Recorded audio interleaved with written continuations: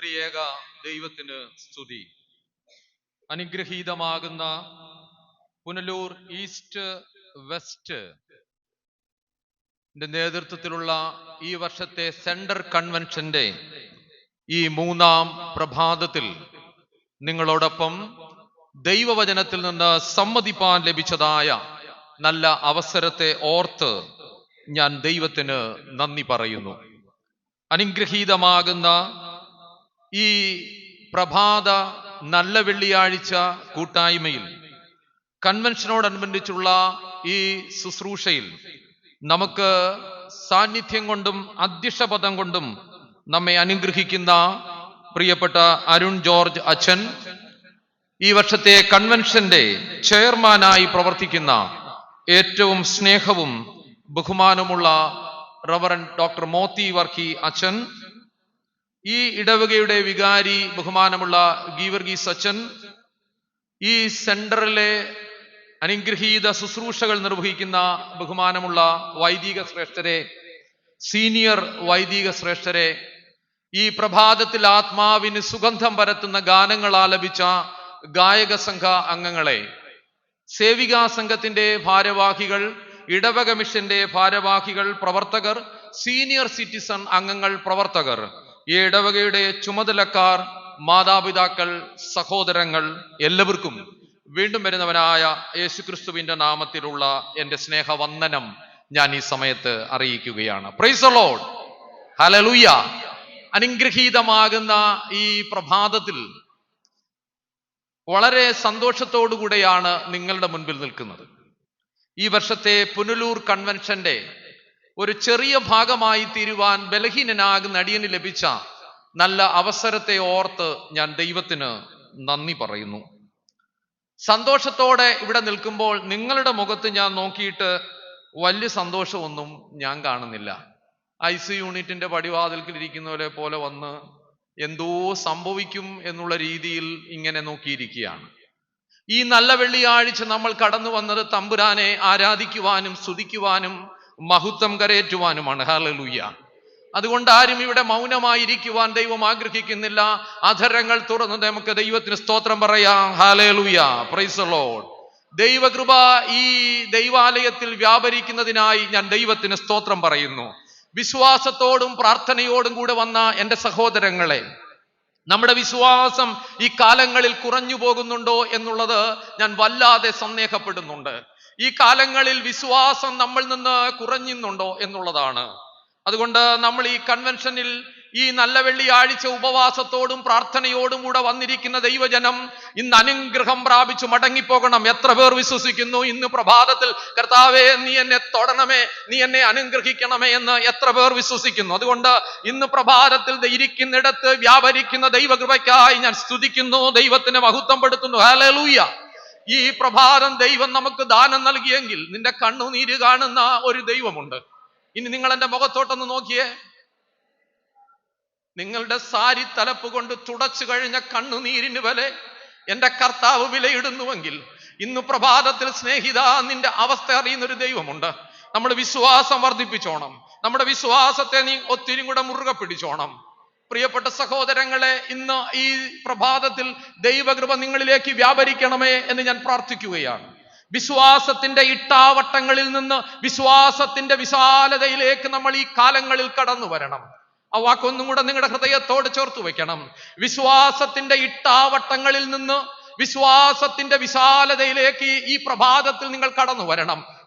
പഴയുള്ള വിശ്വാസമല്ല, പുതുക്കമുള്ള വിശ്വാസം, നിരന്തരം പുതുക്കുന്ന വിശ്വാസവും അനുരഞ്ജനവും ഈ കാലങ്ങളിൽ എനിക്കും നിങ്ങൾക്കും ഉണ്ടാകണം. കൺവെൻഷൻ കഴിയുമ്പോൾ 4 കാര്യം സംഭവിക്കണം, അല്ലെങ്കിൽ ഇതുകൊണ്ടൊരു പ്രയോജനമില്ല. ഒരു കൺവെൻഷൻ കഴിയുമ്പോൾ 4 മാറ്റം നമുക്കുണ്ടാകണം. അല്ലേലും കർത്താവിനെ അറിയുമ്പം 3 മാറ്റം ആവശ്യമാണല്ലോ, അല്ലേ? യേശു കർത്താവിനെ രുചിച്ചറിയുമ്പോൾ, യേശുവിനെ അറിയുമ്പോൾ നമ്മുടെ ജീവിതത്തിൽ 3 മാറ്റം ഉണ്ടാകണം. 1 മാറ്റമാണ്, 2 നമ്മുടെ പെരുമാറ്റമാണ്, 3 നമ്മുടെ പേരുമാറ്റമാണ്. ഒന്നുകൂടെ പറയട്ടെ. ഒന്നൊരു മാറ്റം ഉണ്ടാകണം. വല്ല മാറ്റം ഉണ്ടോ? 2 നമ്മുടെ പെരുമാറ്റം മാറണം. 3, നമ്മുടെ പേര് മാറണം. അതുകൊണ്ട് കൺവെൻഷൻ കഴിയുമ്പോൾ 4 മാറ്റം ഉണ്ടാവണം. 1, നമുക്കൊരു വെട്ടം വേണം. വെട്ടം ഉണ്ടോ? ഇന്ന് നിങ്ങളുടെ മുഖത്ത് നോക്കിയപ്പോൾ ഒരു വെട്ടവും ഇല്ല. ഇനി ടോർച്ച് അടിച്ച് നോക്കണം, ചിലരൊക്കെ ചിരിക്കുവാന്ന് അറിയണമെങ്കിൽ. 1, നമുക്കൊരു വെട്ടം വേണം. നമ്മുടെ വിശുദ്ധ കുർബാനയിൽ അവസാനത്തെ റൂസ്മയിൽ പട്ടക്കാരൻ നമ്മളെ ആശീർവദിച്ച് വിടുന്ന ഒരു മനോഹരമായ ഒരു പദമുണ്ട്. പക്ഷേ നിർഭാഗ്യവശാൽ ഈ 4ാമത്തെ റൂസ്മ സുറിയാനിക്കാരായ നമ്മളൊന്നും കേൾക്കാറില്ല. കാരണം അപ്പം ചായ കുടിക്കാനായിട്ട് എവിടെങ്കിലും ആവും, അല്ലെങ്കിൽ അത്തിയുടെ ചൂടിച്ചാടും. ഞാൻ ഇവിടുത്തെ കാര്യമല്ല പറയുന്നത്, ഞങ്ങളുടെ മൈലത്തെ കാര്യമായി പറയുന്നു. അപ്പൊ അതുകൊണ്ട് അവിടെയൊക്കെ ചാടാനുള്ള സാധ്യത, അതുകൊണ്ട് ദൈവകൃപയാൽ നമ്മളിത് കേൾക്കത്തില്ല. അത് എനിക്ക് ഏറ്റവും ഇഷ്ടപ്പെട്ട ഒരു വാക്കാണ്. അവസാനം പട്ടക്കാരൻ ആശീർവദിച്ചു വിടുന്നത്, കുർബാനയെ കുറിച്ചാണല്ലോ പഠിച്ചുകൊണ്ടിരിക്കുന്നത്. ചോദിക്കട്ടെ, വളരെ മനോഹരമായൊരു വേർഡുണ്ട്. നിങ്ങൾ തെളിഞ്ഞ്, അങ്ങനല്ലേ പറയുന്നേ? എന്തോന്നാ? തെളിഞ്ഞ്, സന്തോഷിച്ച്, ആനന്ദിച്ചു. ഇത് കേട്ടിട്ടുണ്ടോ? ഇല്ല. ഉണ്ട്. അപ്പൊ ഈ തെളിഞ്ഞു പോകണം. അപ്പൊ ആദ്യം നമുക്ക് വേണ്ടത്, നമുക്കൊരു വെട്ടം വേണം. 2, നമ്മുടെ വീട്ടിലൊരു വെട്ടം വേണം. അതിന് ഈ വെട്ടം കൊണ്ട് അങ്ങോട്ട് പോയെങ്കിലേ അവിടെ വെട്ടം കിട്ടത്തുള്ളൂ. 3, ഇടവകയ്ക്കൊരു വെട്ടം വേണം. അവരെല്ലാരും കൂടെ ഈ ഇടവകയിലോട്ട് വരുമ്പോഴാ ഇടവക ഒന്ന് പ്രകാശിക്കത്തുള്ളൂ. മനസ്സിലാവുന്നുണ്ടോ ഞാൻ ഈ പറയുന്നത്? 4, സമൂഹത്തിനൊരു വെട്ടം വേണം. നമ്മളെല്ലാരും കൂടെ ചെല്ലുമ്പം അവിടെ എല്ലാം വെട്ടമായി മാറി. ഈ 4 മാറ്റങ്ങൾ ഈ കൺവെൻഷൻ കഴിയുമ്പോൾ നമുക്ക് ഉണ്ടാകണം. അതുകൊണ്ട് നമ്മുടെ പ്രാർത്ഥനയും നമ്മുടെ ജാഗരണവും നമ്മുടെ ജീവിത അനുഭവങ്ങളും ഇങ്ങനെയായി തീരാൻ നമുക്ക് സാധിക്കണമെന്നുള്ളത് പ്രാർത്ഥനയോടെ, വിശ്വാസത്തോടെ വേണം ഇന്ന് പ്രഭാതത്തിൽ ഈ വചന ശുശ്രൂഷയ്ക്കായി നിങ്ങളോട് ഇരിക്കണം. അപ്പൊ പ്രാർത്ഥിക്കുന്ന ദൈവജനം അവിടെയുണ്ട്, അവിടെ പ്രവർത്തിക്കുന്ന ഒരു കർത്താവുണ്ട്. ഇനി ഞാൻ പറയാൻ പോകുന്ന വാക്കുകൾ നിങ്ങളുടെ നെഞ്ചോട് ചേർത്ത് വയ്ക്കണം. ഞാൻ ഈ പറയാൻ പോകുന്ന കാര്യം, കൂടാരത്തിനുള്ളിൽ പ്രാർത്ഥനയുണ്ടെങ്കിൽ കൂടാരത്തിന് വെളിയിൽ മഞ്ഞ പൊഴിയും. കൂടാരത്തിനുള്ളിൽ പ്രാർത്ഥനയുണ്ടെങ്കിൽ കൂടാരത്തിന് വെളിയിൽ മഞ്ഞ പൊഴിയും. സ്തോത്രം. കൂടാരത്തിൽ പ്രാർത്ഥന കുറയുന്നതാണ് ഇന്ന് നമ്മുടെ ഏറ്റവും വലിയ അപജയം എന്ന് പറയുന്നത്. നമ്മുടെ വീടുകളിൽ പണ്ട് നമ്മുടെ വീട്ടിൽ ചൂട് കൂടിയപ്പം നമ്മൾ അച്ചായനോട് പറഞ്ഞ്, പണ്ട് കാലത്ത് നമ്മുടെ അപ്പച്ചന്മാർ ചൂട് കൂടുമ്പം നമ്മൾ ചെയ്യുന്ന, അല്ലെങ്കിൽ നമ്മുടെ അപ്പച്ചന്മാർ ചെയ്യുന്ന ഒരു പരിപാടിയായിരുന്നു, ഇലക്ട്രിസിറ്റി ഒക്കെ വരുന്നതിന് മുമ്പ് ഒരു പാള കൊണ്ടൊരു വിസറി ഉണ്ടാക്കി വീശുമായിരുന്നു. കണ്ടിട്ടില്ലേ? ഞാൻ കുറേ വീശി കൊടുത്തതാ വല്യപ്പച്ചന്. അതുകൊണ്ടുള്ള ഗുണം കൊണ്ടാണ് ഞാനിവിടെ നിൽക്കുന്നത്. ഇപ്പൊ ഞാൻ വരുന്നുണ്ട്, പുറകെ വരുന്നുണ്ട് പറയുന്നില്ല, ഈ പുള്ളികളെ ഇപ്പം കാണാൻ പറ്റുന്നില്ല. അപ്പം നമ്മുടെ വീടുകളിൽ ചൂട് കൂടിയപ്പോൾ അപ്പച്ചന്മാർ വിസറി എടുത്ത് വീശി. നമ്മളെ ഇലക്ട്രിസിറ്റിയെ കണ്ടുപിടിച്ചപ്പോൾ ചൂട് കൂടിയപ്പം നമ്മൾ അച്ചായനോട് പറഞ്ഞു, അച്ചായ ഒരു ഫാന് ഇടണം. അപ്പം നമ്മുടെ ഫാൻ നമ്മൾ ഇട്ടു. പിന്നെ നമ്മുടെ സൗകര്യം വർദ്ധിച്ചപ്പോൾ നമ്മൾ പിന്നെയും പറഞ്ഞു, അച്ഛാ ഈ ഫാനൊന്നും ഇട്ടിട്ടൊരു യാതൊരു കാര്യമില്ല, ഇതെന്താക്കി മാറ്റണം, എയർ കണ്ടീഷൻ ആക്കി മാറ്റണം എന്ന് പറഞ്ഞു. ഈ എയർ കണ്ടീഷനിൽ ഇരുന്ന അമ്മാമ്മ പള്ളിയിലോട്ട് വന്നപ്പം കമ്മിറ്റി പറഞ്ഞു, അച്ഛാ പള്ളി എന്താക്കി മാറ്റണം, എയർ കണ്ടീഷൻ ആക്കി മാറ്റണം. അപ്പൊ ചുരുക്കത്തിൽ പറഞ്ഞ എല്ലാ വീടുകൾ എയർ കണ്ടീഷനായി, പള്ളികൾ എയർ കണ്ടീഷനായി. ചോദ്യം നിങ്ങളോട്, നമ്മുടെ ഭവനങ്ങൾ പ്രയർ കണ്ടീഷനായി മാറിയിട്ടുണ്ടോ എന്നുള്ളതാണ്. നമ്മുടെ ദൈവാലയം പ്രയർ കണ്ടീഷനായി മാറിയിട്ടുണ്ടോ എന്നുള്ളതാണ്. ഇന്ന് പ്രഭാതത്തിൽ ഇവിടെ ഇരിക്കുന്ന ദൈവജനത്തോട് ഞാൻ വിളിച്ചു പറയും, തമ്പുരാനെ, എന്റെ കുടുംബം ഒരു പ്രാർത്ഥനയുടെ കുടുംബമായി മാറണം എന്നുള്ളതാണ്. എന്റെ ഇടവകയിലേക്ക് ഞാൻ വരുമ്പോൾ അത് പ്രാർത്ഥനയുടെ ദൈവാലയമായി മാറണം എന്നുള്ളതാണ്. ഇന്ന് പ്രഭാതത്തിൽ ഇവിടെ ഇരിക്കുന്ന ദൈവജനത്തോട് ഞാൻ വിളിച്ചു പറയും, കർത്താവേ, എനിക്ക് എന്റെ വിശ്വാസം വർദ്ധിപ്പിക്കുകയും എന്റെ പ്രാർത്ഥനാ ജീവിതം അനുഗ്രഹമായി തീരുവാൻ തക്കവണ്ണം എനിക്ക് സാധിക്കണം എന്നുള്ളതാണ് ഇന്ന് എനിക്ക് ആമുഖ വാക്കുകളോട് എനിക്ക് നിങ്ങളോട് പറയാനായിട്ടുള്ളത്. അതുകൊണ്ട് ഇന്നത്തെ വചന ശുശ്രൂഷയിലേക്ക് വേഗതയിൽ ഞാൻ കടക്കണം എന്ന് ഞാൻ കർത്താവിൽ ശരണപ്പെടുകയാണ്. അവർണ്ണനീയവും അഗോചരവും അപ്രമയത്വം തുളുമ്പി നിൽക്കുന്നതും ആഴമുള്ളതുമായ ദൈവത്തിന്റെ ആലോചനകളിലെ ആഴങ്ങളിലേക്ക് ഇറങ്ങുവാൻ അയോഗ്യനായ എന്നെ തിരഞ്ഞെടുത്തി അവൻ ഈ തലത്തിൽ നിർത്തിയ എൻ്റെ ആത്മനാഥന് 1000 സ്തുതി പറഞ്ഞുകൊണ്ട് വചനത്തിന്റെ ആഴങ്ങളിലേക്ക് പോകുവാൻ കർത്താവിൽ ശരണപ്പെടും. നാം വായിച്ചു കേട്ട വേദഭാഗം യോശുവായുടെ പുസ്തകം 4-ാം അധ്യായം അതിന്റെ 19 മുതലുള്ള വാക്യങ്ങളാണ്. അതിൽ 19-ാമത്തെ വാക്യം ഒരിക്കൽ കൂടി നിങ്ങൾ എന്നെ വായിച്ച് സഹായിക്കണം.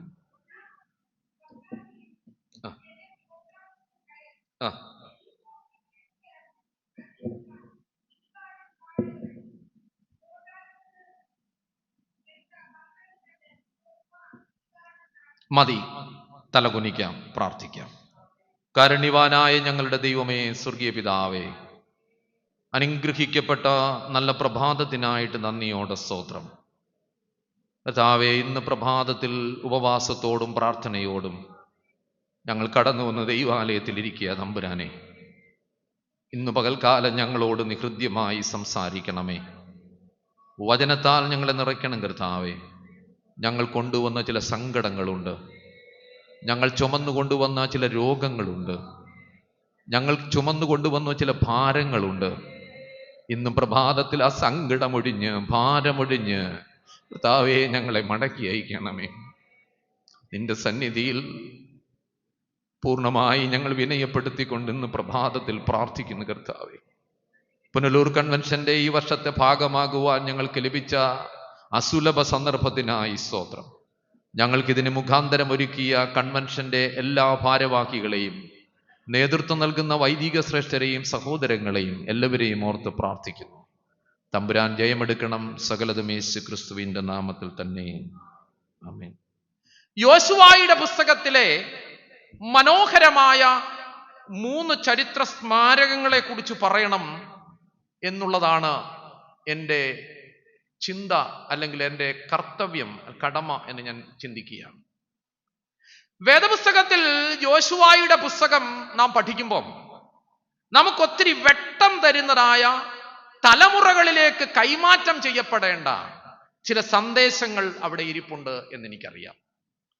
ഇന്ന് അനുഗ്രഹീതമാകുന്ന പ്രഭാതത്തിൽ ഇവിടെ വന്നിരിക്കുന്ന എൻ്റെ ദൈവജനത്തോട് എനിക്ക് പറയാനുള്ളത്, do you have a message for the next generation?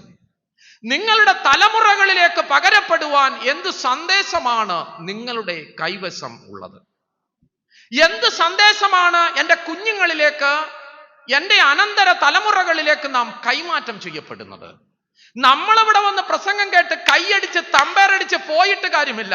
എൻ്റെ കുഞ്ഞുങ്ങളിലേക്ക് ഞാൻ അനുഭവിച്ച, ഞാൻ രുചിച്ചറിഞ്ഞ, ഞാൻ വിശ്വസിച്ചതാ എൻ്റെ കർത്താവിനെ കൊടുക്കാൻ എനിക്ക് സാധിച്ചില്ലെങ്കിൽ എൻ്റെ സഹോദരങ്ങളെ ഇവിടെ വന്നിരുന്ന് പ്രഹസനം കാണിച്ചിട്ട് ഒരു കാര്യവുമില്ല. Do you have a message? എന്ത് സന്ദേശമാണ് നമുക്ക് തലമുറകളിലേക്ക് നമുക്ക് കൊടുക്കുവാനായിട്ടുള്ളത്? അതുകൊണ്ട് ഇന്ന് പ്രഭാതത്തിൽ തമ്പുരാൻ നമ്മളിലൂടെ നമ്മുടെ മക്കളിലേക്ക് പകരപ്പെടുന്ന, പൂർവ്വപിതാക്കന്മാരിലൂടെ പകരപ്പെട്ട ചില സന്ദേശങ്ങളുണ്ട് എന്നുള്ളത് ഞാൻ നിങ്ങളെ ഓർമ്മിപ്പിക്കുവാനായിട്ട് കർത്താവിൽ ശരണപ്പെടുകയാണ്. അതുകൊണ്ട് ആ സന്ദേശത്തിന്റെ അനുഭവത്തിലേക്കാണ് ഇന്ന് പ്രഭാതത്തിൽ നിങ്ങളെ ഞാൻ കൂട്ടിക്കൊണ്ടു പോകുന്നത്. എന്ത് സന്ദേശമാണ് നമ്മുടെ കുഞ്ഞുങ്ങൾക്ക് നാം പകർന്നു കൊടുക്കുന്നത്? നമ്മൾ പലപ്പോഴും ചിന്തിക്കാറുണ്ട്, തമ്പുരാനെ, നമ്മുടെ ഈ കൺവെൻഷന്റെ ഒരു അപജയം എന്താണെന്നറിയാമോ?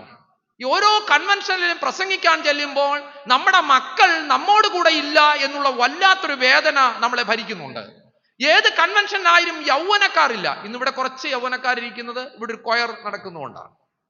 അപ്പോൾ വൈകുന്നേരമായിരുന്നാൽ തന്നെയും നമുക്ക് കുഞ്ഞുങ്ങളെ കിട്ടാനില്ല. അതുകൊണ്ട് നമ്മുടെ കുഞ്ഞുങ്ങളെ ചേർത്ത് പിടിക്കുവാനും ഈ കാലഘട്ടങ്ങളിൽ കുഞ്ഞുങ്ങളിലേക്ക് നമ്മുടെ സന്ദേശം പകരുവാനും ഈ കാലങ്ങളിൽ എനിക്കും നിങ്ങൾക്കും സാധിക്കണം എന്നുള്ളതാണ് പ്രധാനമായി ചിന്തിക്കേണ്ട ഒരു കാര്യം. യോശുവായുടെ പുസ്തകത്തിലൂടെ ആ വലിയ അനുഭവങ്ങളിലേക്കാണ് ഞാൻ നിങ്ങളെ കൂട്ടിക്കൊണ്ടു പോകുന്നത്. അതുകൊണ്ട് ഇന്ന് പ്രഭാതത്തിൽ ഈ പ്രസംഗം ഇവിടെ കേട്ടിട്ട് ഇവിടെ ഇട്ടിട്ട് പോകാനല്ല ഞാൻ നിങ്ങളോട് പറയുന്നത്. ഈ പ്രസംഗം നിങ്ങളുടെ വീട്ടിലോട്ട് നിങ്ങൾ കൊണ്ടുപോകണം. ഞാൻ പറഞ്ഞ വാക്ക് മനസ്സിലായി നിങ്ങൾക്ക്? ഈ പ്രസംഗം ഇളമ്പൽ യെരൂശലേം ദൈവാലയത്തിൽ ഇട്ടിട്ട് പോകാനല്ല, ഈ പ്രസംഗവുമായിട്ട് നിങ്ങളുടെ വീട്ടിലോട്ട് നിങ്ങൾ പോകണം. നമ്മുടെ കുഞ്ഞുങ്ങളിലേക്ക്, തലമുറകളിലേക്ക് ഈ സന്ദേശം പകരപ്പെടണം എന്നുള്ളതാണ് എനിക്ക് ഈ ശുശ്രൂഷയിലൂടെ നിങ്ങളോട് പ്രബോധിപ്പിക്കാനായിട്ടുള്ള ഒരു കാര്യം എന്ന് പറയുന്നത്. അതുകൊണ്ട് കുഞ്ഞുങ്ങളിലേക്ക്, നമ്മുടെ ജീവിതത്തിന്റെ അനന്തര തലമുറകളിലേക്ക് സന്ദേശം പകരപ്പെടുമ്പോഴാണ് ഇന്ന് പ്രഭാതത്തിൽ ഈ കൺവെൻഷനും നമ്മൾ കൊണ്ടുവന്നതും നമ്മൾ പാലിക്കുന്നതും നമ്മൾ അനുഭവിക്കുന്നതുമായ ഒരു വലിയ കൃപ അനുഭവിച്ചു പോകുവാനായിട്ട് നമുക്ക് സാധിക്കത്തുള്ളൂ എന്നുള്ളതാണ്. അതുകൊണ്ട് ഈ യോശുവായുടെ പുസ്തകത്തിൽ 3 കൽക്കൂമ്പാരങ്ങൾ നമുക്ക് കാണാനായിട്ട് പറ്റും. യോശുവായുടെ പുസ്തകം നമ്മൾ പരിശോധിക്കുമ്പോൾ 3 കൽക്കൂമ്പാരങ്ങൾ നമുക്ക് കാണാൻ പറ്റും. ഈ 3 കൽക്കൂമ്പാരങ്ങൾ ആധുനിക ക്രൈസ്തവനോട്, നമ്മോട്, നമ്മുടെ കുഞ്ഞുങ്ങളോട് ചിലത് പറയാനുണ്ട്. ഇന്ന് പ്രഭാതത്തിൽ ഞാൻ ഇവിടെ വന്ന് നിൽക്കുന്നത് ഈ കൽക്കൂമ്പാരങ്ങളോ നിങ്ങളോട് ചിലത് സംസാരിക്കാനുണ്ട്, എന്നോട് ചിലത് സംസാരിക്കാനുണ്ട്. എന്താണ് ഈ കൽക്കൂമ്പാരങ്ങൾ ആധുനിക ക്രൈസ്തവനോട് പറയുന്ന ചിന്ത എന്നുള്ളതാണ്. നിങ്ങൾ എന്റെ മുഖത്തോട്ട് നോക്കിയേ. 3 കൽക്കൂമ്പാരങ്ങൾ ഈ പുസ്തകത്തിൽ ഉണ്ടെങ്കിൽ 3 അത്ഭുതവും ഈ പുസ്തകത്തിൽ കാണാൻ പറ്റും. 3 കൽക്കൂമ്പാരങ്ങൾ ഈ പുസ്തകത്തിൽ ഉണ്ടെങ്കിൽ 3 അത്ഭുതവും കാണാൻ പറ്റും. ഒന്നാമത്തെ അത്ഭുതമാണ് ഈ യോർദാൻ നദി വറ്റിച്ചു കളഞ്ഞതായ അത്ഭുതം എന്ന് പറയുന്നത്. രണ്ടാമത്തെ അത്ഭുതം എന്ന് പറയുന്നത് യെരിഹോ കോട്ട തകർന്നു വീഴുന്ന അനുഭവമാണ്. മൂന്നാമത്തെ അത്ഭുതം നിങ്ങൾക്ക് പറയാൻ പറ്റുമോ? കിസ് കോമ്പറ്റീഷനൊക്കെ പുനലൂർ സെന്ററിൽ ധാരാളം ഉണ്ടെന്ന് വിശ്വസിക്കുകയാണ്. എന്താണ് മൂന്നാമത്തെ അത്ഭുതം? സൂര്യാമി ഗിബയോനിലും ചന്ദ്രാമി അയ്യാലോൻ താഴ്വരയിൽ നിൽക്ക എന്ന് പറഞ്ഞപ്പോൾ ഒരു മനുഷ്യന്റെ വാക്കിൽ സൂര്യനും ചന്ദ്രനും നിന്നു. ഹല്ലേലൂയ. പ്രിയപ്പെട്ട ദൈവജനമേ, 3 അത്ഭുതങ്ങളും 3 കൽക്കൂമ്പാരങ്ങളും. ഈ കൽക്കൂമ്പാരങ്ങൾ നമ്മളോട്, വരുന്ന തലമുറയോട് ചില സന്ദേശങ്ങൾ കൈമാറുന്നു എന്നുള്ളതാണ്. ഇവിടുത്തെ ഒരു സിറ്റുവേഷൻ എന്ന് പറയുന്നത്, മോശയുടെ നേതൃത്വത്തിൽ ഇസ്രായേൽ ജനത മിസ്രയീമിന്റെ അടിമത്തത്തിൽ നിന്ന് വീണ്ടെടുത്ത് ഇതാ ചെങ്കടൽ കഴിഞ്ഞ് കയറി വരികയാണ്. മോശയുടെ മരണശേഷം ഇനി ആര് ഇസ്രായേൽ ജനതയെ മുന്നോട്ട് നയിക്കുമെന്ന് ചിന്തിക്കുമ്പോൾ അവരുടെ മുൻപിൽ ഒരു വെല്ലുവിളി ഉയരുമ്പോൾ, അവർ സങ്കടപ്പെട്ട് നിൽക്കുമ്പോൾ ദൈവം അവർക്ക് കൊടുത്തൊരു നേതാവാണ് യോശുവ എന്ന് പറയുന്നത്. ഇസ്രായേൽ ജനത മോശ മരിച്ചു കഴിഞ്ഞപ്പോൾ വല്ലാതെ സങ്കടപ്പെട്ടു. ഇനി ആര് ഞങ്ങളെ നയിക്കുമെന്ന് പറയുമ്പോൾ യഹോവയായ ദൈവം പറയാതെ അവരോട് പറയുന്ന ഒരു കാര്യമുണ്ട്. മോശ മാത്രമേ മരിച്ചിട്ടുള്ളൂ, ഇസ്രായേലിന്റെ ദൈവം മരിച്ചിട്ടില്ല. എന്നെ കേൾക്കുന്ന എന്റെ ദൈവജനത്തോട് ഇന്ന് പ്രഭാതത്തിൽ ഞാൻ ഉറക്കെ വിളിച്ചു പറയും, ഇനി ഈ പ്രഭാതത്തിൽ ഇരിക്കുന്ന ദൈവജനത്തോട് ഞാൻ ഉറക്കെ പറയും, നമ്മുടെ കർത്താവ് മരിച്ചിട്ടില്ല, അവൻ ഉയർത്തെഴുന്നേറ്റ് ഇന്നും ജീവിക്കുന്ന ദൈവമാണ്. ഹല്ലേലൂയ. എത്ര പേർ അത് സന്തോഷത്തോടെ പറയും, കർത്താവേ എന്റെ ദൈവം മരിച്ചിട്ടില്ല, ഹല്ലേലൂയ. ഇനിയും അവൻ മഹാ അത്ഭുതങ്ങളെ പ്രവർത്തിക്കുന്ന ദൈവമാണ്, ഇനിയും അവൻ എന്നെ കരുതുന്ന ദൈവമാണ്, ഇനി എന്നെ സ്നേഹിക്കുന്ന ദൈവമാണ്. അതുകൊണ്ട് ഇന്ന് ഇവിടെ വേദനയോടും സങ്കടത്തോടും ഇരിക്കുന്ന ദൈവജനം, എല്ലാം തീർന്നുവെന്ന് നിങ്ങൾ പറയുമ്പോൾ തമ്പുരാൻ പറയുകയാണ്, മോനെ ഞാൻ മരിച്ചിട്ടില്ല, ഞാൻ നിന്റെ കൂടെ എന്നുമുണ്ട് എന്നുള്ളതാണ്. മോശ മാത്രമേ മരിച്ചിട്ടുള്ളൂ, പക്ഷെ ഇസ്രായേലിന്റെ ദൈവം മരിച്ചിട്ടില്ല. അതുകൊണ്ട് യോശുവായെ തെരഞ്ഞെടുത്ത് യോശുവായുടെ നേതൃത്വത്തിൽ ഇതാ അവരൊരു വലിയ ആറിന്റെ കരയ്ക്ക് വന്ന് നിൽക്കുന്ന മനോഹരമായ ഒരു ചിത്രമാണ് നമ്മൾ വായിച്ചു കേൾക്കുന്ന വേദഭാഗം എന്ന് പറയുന്നത്. അവർ യോർദാന്റെ നദിയുടെ അടുത്ത് വന്ന് ഇങ്ങനെ നിൽക്കുകയാണ്. അവര് ആ യോർദാന്റെ നദിയിൽ നിൽക്കുമ്പോൾ യോർദാന്റെ നദിയുടെ പ്രത്യേകത നമുക്കറിയാം, അത് കരകവിഞ്ഞൊഴുകുകയാണ്. കൂലം കുത്തി ഒഴുകുന്ന യോർദാന്റെ തീരം. വല്ലാതെ അവർ പേടിച്ചു പോയി, എങ്ങനെ ഇതിന്റെ കടക്കും, എങ്ങനെ ഇതിന്റെ അപ്പുറത്തേക്ക് മറികടന്നു പോകുമെന്നുള്ള വലിയ പ്രതിസന്ധിയുടെ നടുവിൽ നിൽക്കുമ്പോൾ യോശുവായ്ക്ക് ദൈവം ചില കാര്യങ്ങൾ വെളിപ്പെടുത്തി കൊടുക്കുകയാണ്. എങ്ങനെയാണ് ഈ യോർദാൻ നദി കടക്കേണ്ടതെന്നുള്ളത് അവിടെ രേഖപ്പെടുത്തുകയാണ്. പ്രിയപ്പെട്ട സഹോദരങ്ങളെ, യോർദാൻ നദിയുടെ മുമ്പിൽ പകച്ചു നിൽക്കുന്ന ഇസ്രായേൽ ജനതയ്ക്ക് യോശുവ മുഖാന്തരം അരുളി ചെയ്ത ചില കാര്യങ്ങൾ നമ്മൾ ഇവിടെ കാണുന്നുണ്ട്. ഒന്ന്, നിങ്ങളെ തന്നെ വിശുദ്ധീകരിക്കണം. സ്തോത്രം പറയത്തില്ലെന്ന് എനിക്കറിയാം. ഇത് നിങ്ങളെ തന്നെ വിശുദ്ധീകരിക്കണം. ഈ വലിയ നദി കടക്കണമെങ്കിൽ ഒന്നാമത് വേണ്ടത് ഒരു ശുദ്ധീകരണമാണ്. ആധുനിക ക്രൈസ്തവന് എനിക്ക് വേണ്ടത് ഒരു ശുദ്ധീകരണമാണ്. നമ്മൾ കുർബാനയിൽ നമ്മുടെ പട്ടക്കാരൻ ഇങ്ങനെ പറയാറുണ്ട്, ഈ വിശുദ്ധതകൾ വിശുദ്ധിയും വെടിപ്പുമുള്ളവർക്കു മാത്രം നൽകപ്പെടുന്നു. നമ്മൾ പിന്നെ അടുത്ത് കത്തിക്കും. നമ്മൾ ഈ വാക്യം പറയാൻ ഭയങ്കര മിടുക്കരായതുകൊണ്ട് ഒരു ഗ്യാപ്പും പുരോഹിതന് കൊടുക്കത്തില്ല, വെച്ച് പിടിപ്പിക്കും. അല്ലെ, അങ്ങനല്ലേ? അല്ലേ? കുമ്പസാരത്തിന്റെ പ്രാർത്ഥന അച്ഛൻ പറയാറുള്ളത് എങ്ങനെ? എന്റെ പിന്നാലെ. അങ്ങനല്ലേ? ഞങ്ങളുടെ അവിടെ അങ്ങനെ പറയുന്നത്, എനിക്ക് ഇവിടുത്തെ കാര്യം അറിയത്തില്ല. എന്റെ പിന്നാലെ ഏറ്റു ചൊല്ലാനാ പറയുന്നത്. അപ്പൊ ഈ അടുത്ത സമയത്ത് ഒരു അച്ഛനൊരു കുർബ ഇത് പറഞ്ഞുകൊണ്ടിരിക്കും, അച്ഛനൊന്ന് ചുമച്ചു, പക്ഷെ ജനം വിട്ടില്ല, ജനം വെച്ച് പിടിക്കുക. ജനം നോക്കുമ്പോ എന്താ പുള്ളി തിന്നിട്ടൊന്നും അതങ്ങ് നമ്മൾ ഇതൊക്കെ അങ്ങ് പഠിച്ചു വെച്ചിരിക്കുക. നമ്മൾ എഴുന്നേറ്റിരിക്കുക. ആദ്യം നിനക്ക് വേണ്ടത് ഒരു ശുദ്ധീകരണമാണ്. കുർബാനയിൽ ശുദ്ധീകരണം പ്രാപിക്കുന്നത് പോലെ ഇന്ന് ഈ അനുഗ്രഹീതമാകുന്ന ദൈവാലയത്തിൽ ഈ വലിയ പ്രതിസന്ധി കടക്കണമെങ്കിൽ ജനത്തിന് ഒരു ശുദ്ധീകരണമാണ്. V R separated. നാം വേർതിരിക്കപ്പെട്ടവരാണ്. നാം ദൈവത്തിൽ നിന്ന് അനുഗ്രഹം പ്രാപിച്ച ദൈവജനമാണ്. അതുകൊണ്ട് ഒരു ശുദ്ധീകരണം ആവശ്യമാണെന്നുള്ളത് യഹോവയായ ദൈവം യോശുവായിലൂടെ ജനത്തെ അംഗീകരിക്കണം. 2, ഒരു പെട്ടകമുണ്ട്. ഈ പെട്ടകം എടുക്കേണ്ട ആളിനെ കുറിച്ച് അവിടെ പറയുന്നുണ്ട്. ആരാണ് പെട്ടകം എടുക്കേണ്ടത്? ആ പുരോഹിതന്മാരെ എടുക്കേണ്ടത്. നമ്മമ്മേ, ഇതെടുക്കാൻ ഒരാളുണ്ട്. എന്താണ് ഇതെടുക്കാനായിട്ട് ഒരാളുണ്ട്, നിയോഗിക്കപ്പെട്ടതായ ഒരാളുണ്ട്. ഇനി തന്നെയല്ല, പുരോഹിത പെട്ടകവും ജനവും തമ്മിൽ 2000 മുഴം അകലം വേണം. ചിലതിനെയൊക്കെ ഒന്നകന്ന് നിൽക്കണം ആവശ്യമാണ്. ഞാനിത് വിശദീകരിക്കാതെ വേഗതയിൽ പോകുന്ന സമയം കൃത്യത ഉണ്ടായതുകൊണ്ടാണ്. അതുകൊണ്ട് ഇന്ന് ഈ പ്രഭാതത്തിൽ ഇവിടെ ഇരിക്കുന്ന ദൈവജനം മനസ്സിലാക്കണം, ഈ യോർദാനിൽ നിന്റെ പ്രതിസന്ധി മറികടക്കണമെങ്കിൽ 3 കാര്യം ഞാൻ പറഞ്ഞു. 1, നമുക്കൊരു ശുദ്ധീകരണം ആവശ്യമാണ്. വീടുകളിൽ, പള്ളികളിൽ ഒരു ശുദ്ധീകരണം ആവശ്യമാണ്. വേണ്ടുന്നതും വേണ്ടാത്തതും എല്ലാം മണ്ണ് കുത്തി നിറയ്ക്കുന്നിടങ്ങളായി ദൈവാലയങ്ങളും പള്ളികളും എന്നുള്ളത് വേദനാജനകമായ ഒരു കാര്യം. എന്ത് കിട്ടിയാലും മാർത്തോമക്കാരുടെ കാര്യം അതല്ല ഇനി സ്വീകരിച്ചോളും. വഴിയെ പോകുന്ന എന്തോ പറഞ്ഞാലും അതും ഇഞ്ഞു കൊണ്ടുവരും, അപ്പുറത്തെ അമ്മാമ അതും ഇഞ്ഞു കൊണ്ട് ആണോ എന്നാ പോരട്ടെ അല്ലെ. ഫ്രീ കിട്ടിയാൽ വിഷം വരെ വാങ്ങിച്ച് പോക്കറ്റ് വെക്കുന്ന ആധുനിക ക്രൈസ്തവൻ എന്ത് കിട്ടിയാലും അവിടെ നിന്ന് കിട്ടിയാലും ഇവിടെ നിന്ന് കിട്ടിയാലും ആ അച്ചായം പറഞ്ഞാലും ഈ അമ്മാമ പറഞ്ഞാലും ആണോ എന്നാ പോരട്ടെ, എല്ലാം വാങ്ങിച്ചുകൊണ്ടുന്ന ഇടങ്ങളായി ദൈവാലയങ്ങളും ഭവനങ്ങളും മാറി എന്നുള്ളതാണ്. 1, ശുദ്ധീകരണം. 2, പെട്ടകം എടുക്കേണ്ട നിയോഗിക്കപ്പെട്ടവരുണ്ട്. ചില കാര്യങ്ങളിൽ ദൈവം നമ്മളെ നിയോഗിക്കുന്നുണ്ട്, അത് അവർക്ക് മാത്രം പറഞ്ഞിട്ടുള്ളത്. അവരുടെ നിയോഗിക്കപ്പെട്ട ശുശ്രൂഷകൾ നിയോഗിക്കപ്പെട്ടവർക്ക് നൽകത്തുള്ളൂ. ഈ ഞാനിപ്പോൾ ഇവിടെ ഇരുന്നുകൊണ്ട് ആലോചിച്ചൊരു കാര്യമുണ്ട്. നമ്മുടെ മോത്തിയച്ഛന് ചെയർമാനാണ്, അധ്യക്ഷനായിരിക്കേണ്ട ആളാണ്. പക്ഷെ കുർബാനയെ കുറിച്ച് പഠിക്കുന്നതുകൊണ്ടാണോ എന്തോ എന്ന് എനിക്കറിയത്തില്ല, അത് മുറിച്ച് ഓരോരുത്തർക്കും കൊടുത്തു. അപ്പം മുറിച്ച് മിണ്ടാത്ത എന്തെങ്കിലും അപ്പം മുറിച്ച് പള്ളി കൊടുത്തുന്നോ? അപ്പം മുറിച്ച് ഓരോരുത്തർക്കും എന്ന് പറഞ്ഞാൽ അച്ഛൻ മുറിച്ച് ഓരോരോ കാര്യങ്ങൾ എന്ത് ചെയ്തു? ഓരോരുത്തർക്കും മുറിച്ചങ്ങ് കയ്യിലിട്ട് കൊടുത്തു. എനിക്കത് ഒത്തിരി ഇഷ്ടപ്പെട്ടു. അച്ഛൻ ആലോചിച്ചാണോ ചെയ്തതെന്ന് എനിക്ക് എന്തോ ആയിരുന്നാലും, കുർബാനയെ കുറിച്ച് പഠിക്കുമ്പോൾ ആദ്യം വേണ്ടത് മുറിയപ്പെടണം എന്നുള്ളതാണ്. മുറിച്ച് ആർക്ക് കൊടുക്കണമെന്നും കൂടെ അടുത്ത് നിൽക്കുന്നവർക്കെല്ലാം അങ്ങ് മുറിച്ചു കൊടുത്തു. ഇതാ ഇന്നലെയും മെനഞ്ഞാന്നും ഒക്കെ ഇവിടെ സംഭവിച്ചുകൊണ്ടിരിക്കുന്നത്. ഇന്ന് പ്രഭാതത്തിൽ ഇവിടെ ഇരിക്കുന്ന ദൈവജനം വിശ്വസിക്കേണ്ട ഒരു കാര്യം, യോർദാൻ കരകവിഞ്ഞൊഴുകുമ്പോൾ യഹോവയായ ദൈവം യോശുവായോട് അരുളി ചെയ്യുന്നു, നിന്നെ തന്നെ ശുദ്ധീകരിക്കണം, നിയോഗ ശുശ്രൂഷകൾ ഏറ്റെടുക്കണം. നിയോഗിക്കപ്പെട്ടവർ അകലങ്ങൾ പാലിക്കേണ്ടതും ആവശ്യമാണ്. എന്നിട്ട് ഇവിടെ പറയുന്ന ഒരു കാര്യം, ഇനി ഇവിടുത്തെ ഒരു പ്രശ്നം എന്താണെന്നറിയാമോ?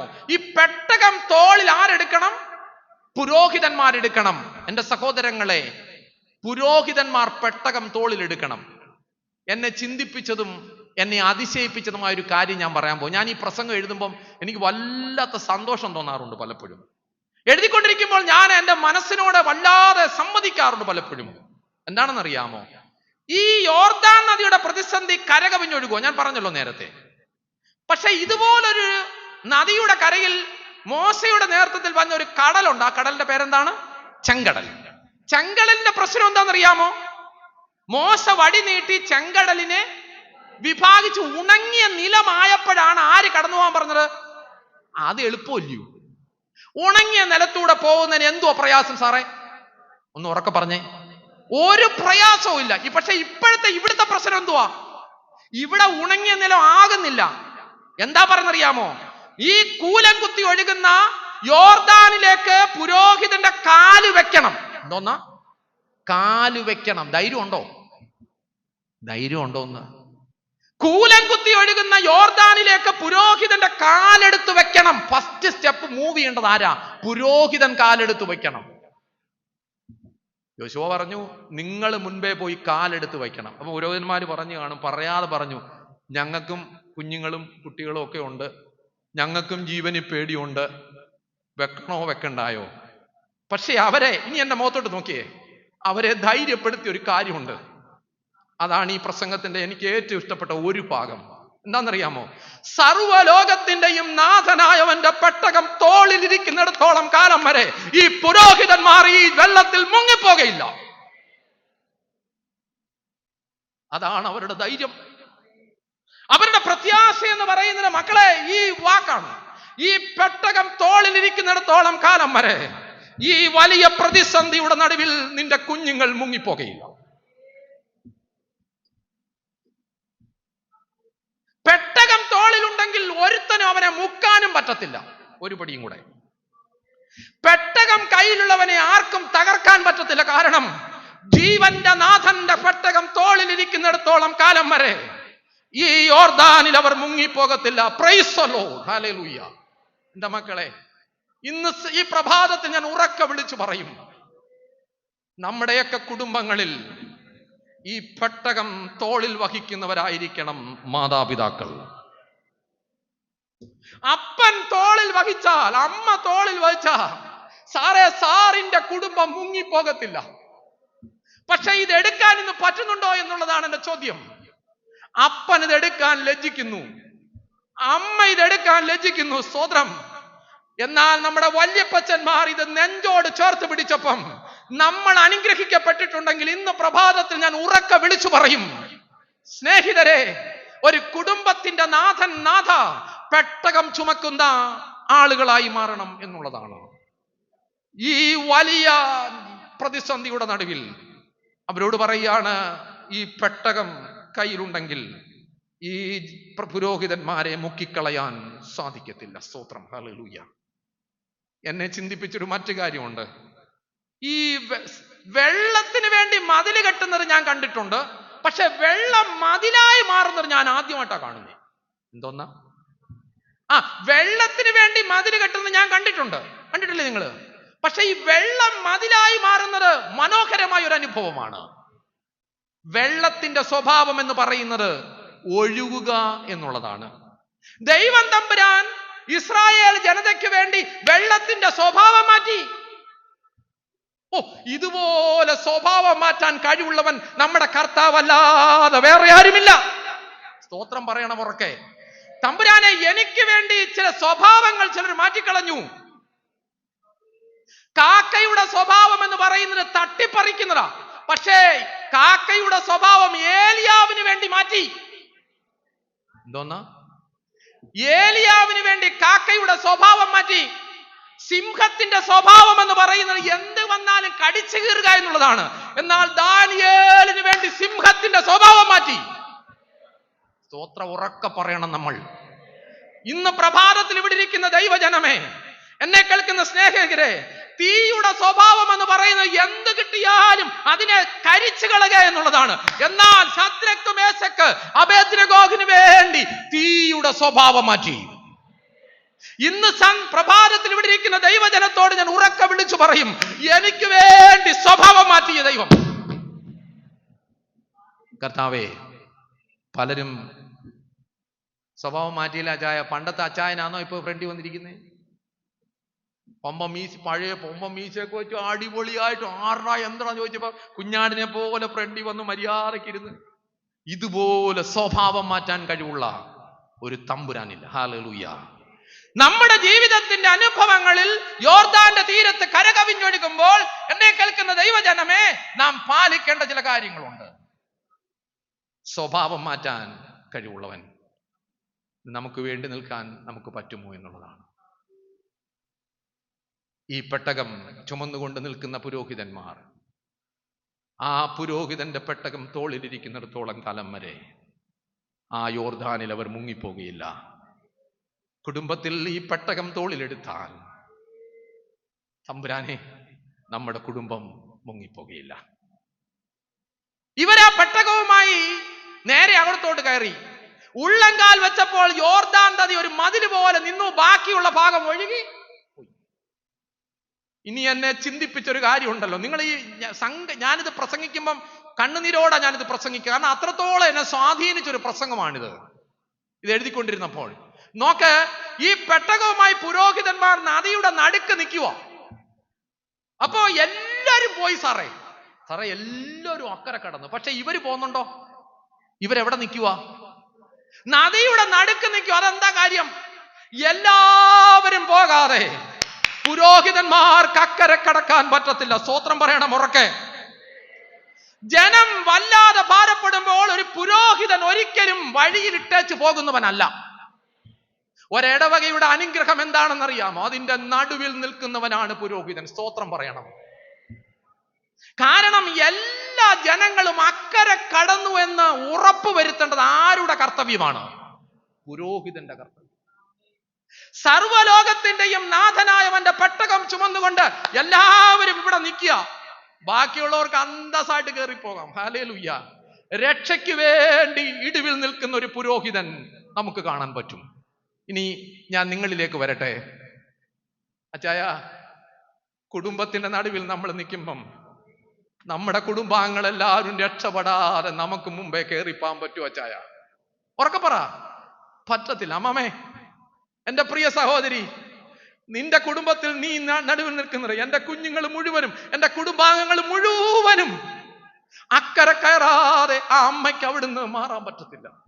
അമ്മയുടെ പ്രാർത്ഥന നൃത്തത്തിൽ പ്രാർത്ഥിച്ചുകൊണ്ടിരിക്കുക, എന്റെ കുഞ്ഞുങ്ങളെല്ലാം അക്കരെ കയറുന്നത് വരെ. ഇന്ന് ഈ സന്ധ്യയിൽ പ്രഭാതത്തിൽ ഇവിടെ ഇരിക്കുന്ന ദൈവജനത്തോട് പറയട്ടെ, നിനക്ക് ഇട്ടേച്ചു പോകാൻ പറ്റത്തില്ല. ഒരപ്പൻ എന്ന രീതിയിൽ, ഒരമ്മ എന്ന രീതിയിൽ ഇട്ടേച്ചു പോകാൻ പറ്റത്തില്ല. ഞാൻ നിങ്ങളോടൊരു ചോദ്യം ചോദിക്കട്ടെ. ഏറ്റവും അവസാനം ഉറങ്ങുന്ന വ്യക്തി വീട്ടിൽ ആരാണ്? ഉറക്കെ പറ. അമ്മയാണ്. എല്ലാവർക്കും അത്താഴം കൊടുത്ത്, എല്ലാവരുടെയും പ്രാർത്ഥന പാത്രവും കഴുകി വെച്ച്, എല്ലാം കഴിഞ്ഞതിന് ശേഷം എല്ലാവരും അർത്ഥ ഉറക്കത്തിലാകുമ്പം ആ അമ്മ നേരെ അടുക്കളയിൽ നിന്ന് പിൻവാങ്ങിയുള്ളൂ. സ്തോത്രം. എല്ലാവർക്കും എല്ലാം കൊടുത്തു തൃപ്തിയെപ്പെടുത്തിയതിനു ശേഷമേ അമ്മ അടുക്കളയിൽ നിന്ന് പിൻവാങ്ങുകയുള്ളൂ. എൻ്റെ അമ്മമാരെ, ആ അമ്മയുടെ മാതൃക ഇന്ന് നമുക്ക് നമ്മുടെ കുഞ്ഞുങ്ങൾക്ക് പകർന്നു കൊടുക്കാൻ പറ്റുന്നുണ്ടോ? പക്ഷെ ഇപ്പോഴത്തെ ഒരു പ്രശ്നം എന്താണെന്നറിയാമോ? അമ്മ കയറിയാലും അപ്പം കയറിയാലും ചില പുതപ്പിനടിയിൽ ചില നീല വെളിച്ചങ്ങൾ മിന്നുന്നുണ്ട് എന്നുള്ളതാണ് സത്യം. ബാക്കി നിങ്ങൾ ഊഹിച്ച് പൂരിപ്പിച്ചോണം. ഈ ആധുനിക ക്രൈസ്തവന്റെ കുടുംബം പുതപ്പിനടിയിൽ ചില നീല വെളിച്ചങ്ങൾ മിന്നുന്നു. ആരും ഉറങ്ങുന്നില്ല. അമ്മയും ഉറങ്ങിയാലും അപ്പൻ ഉറങ്ങിയാലും ഉറങ്ങാത്ത ചില വെളിച്ചങ്ങളുമായി നമ്മൾ തള്ളി നീക്കുന്നുണ്ട്. ഹല്ലേലൂയ. എല്ലാവരും കയറാതെ, എല്ലാവരും രക്ഷപ്പെടാതെ ഈ പെട്ടകത്തിൽ ചുമന്നുകൊണ്ട് പുരോഹിതന്മാർക്ക് മുന്നോട്ട് യാത്ര ചെയ്യാൻ പറ്റുകയില്ല. എൻ്റെ സഹോദരങ്ങളെ, ഞാൻ മുൻപോട്ട് യാത്ര ചെയ്തു പോകട്ടെ. പെട്ടകവുമായി പുരോഹിതന്മാർ നടുവിൽ നിൽക്കുന്നു. എല്ലാ ജനവും കയറി. അവസാനം പുരോഹിതന്മാർ പെട്ടകവുമായി അക്കരയ്ക്ക് കയറാൻ പോകുക. പക്ഷേ അതിനു മുൻപ് യോശുവ അവരോടൊരു കാര്യം പറഞ്ഞു. നിങ്ങൾ ഈ നദിയിൽ നിന്ന് എത്ര കല്ല്? 12 കല്ലുകൾ നിങ്ങൾ എടുക്കണം. അതെന്തിനാ ഈ 12 കല്ലെടുക്കാൻ പറഞ്ഞേ? എന്തിനാ നദിയിൽ നിന്ന് കല്ലെടുക്കാൻ പറഞ്ഞത്? അതുകൊണ്ടാണ് കാട്ടിൽ നിന്ന് വന്നവൻ തോട്ടിന്ന് കല്ലെടുത്തത്. എന്താണ്? കാട്ടിൽ നിന്ന് വന്നവൻ തോട്ടിന്ന് കല്ലെടുത്തു. ആരാ കഥാപാത്രം? ഒന്നാലോചിച്ച് നോക്കിയേ. ദാവീദാണ്. കാട്ടിൽ നിന്ന് വന്നവൻ കാട്ടിൽ എത്രയോ കല്ലുകൾ കിടപ്പുണ്ടായിരുന്നു. പക്ഷെ കാട്ടിൽ നിന്ന് വന്നവൻ തോട്ടിന്ന് കല്ലെടുക്കാൻ ഒറ്റ കാരണമേ ഉള്ളൂ. അത് മിനുസമുള്ള കല്ലുകളാണ്. അതിന്റെ കൂർമ്മത, അതിന്റെ മൂർച്ചയെല്ലാം പോയി. അതിന്റെ പരിവരിപ്പ് മാറി. അത് മനോഹരമായ കല്ലുകളായി രൂപപ്പെട്ടു. അത് ഉപയോഗിക്കാൻ പര്യാപ്തമായ കല്ലുകളായിരുന്നു എന്നുള്ളതാണ്. നമ്മൾ പണ്ട് ഈ കന്യാകുമാരിയൊക്കെ സന്ദർശിക്കാൻ പോകുമ്പോൾ, ഇപ്പോഴില്ല, പണ്ട് പോകുമ്പോൾ അവിടുന്ന് കുറെ കല്ലുകളുമായിട്ട് വീട്ടിലോട്ട് വരും. ഇല്ലേ, അമ്മയ്ക്ക് എന്തിനാടാ ഈ കല്ലൊക്കെ എടുത്തു? നമ്മളിതിനെ പൊതിഞ്ഞ് വൃത്തിയാക്കി ഭയങ്കരമായിട്ട് സൂക്ഷിച്ചു വെക്കും. വീട്ടിൽ എത്രയോ കല്ലുകൾ ഉണ്ടായിരുന്നു. അമ്മാമ്മ, അതൊന്നും നമുക്ക് വേണ്ട, നമുക്ക് എവിടുത്തെ മതി.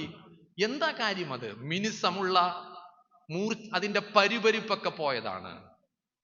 ഈ യോർദാനിൽ നിന്ന് 12 കല്ലെടുക്കുക.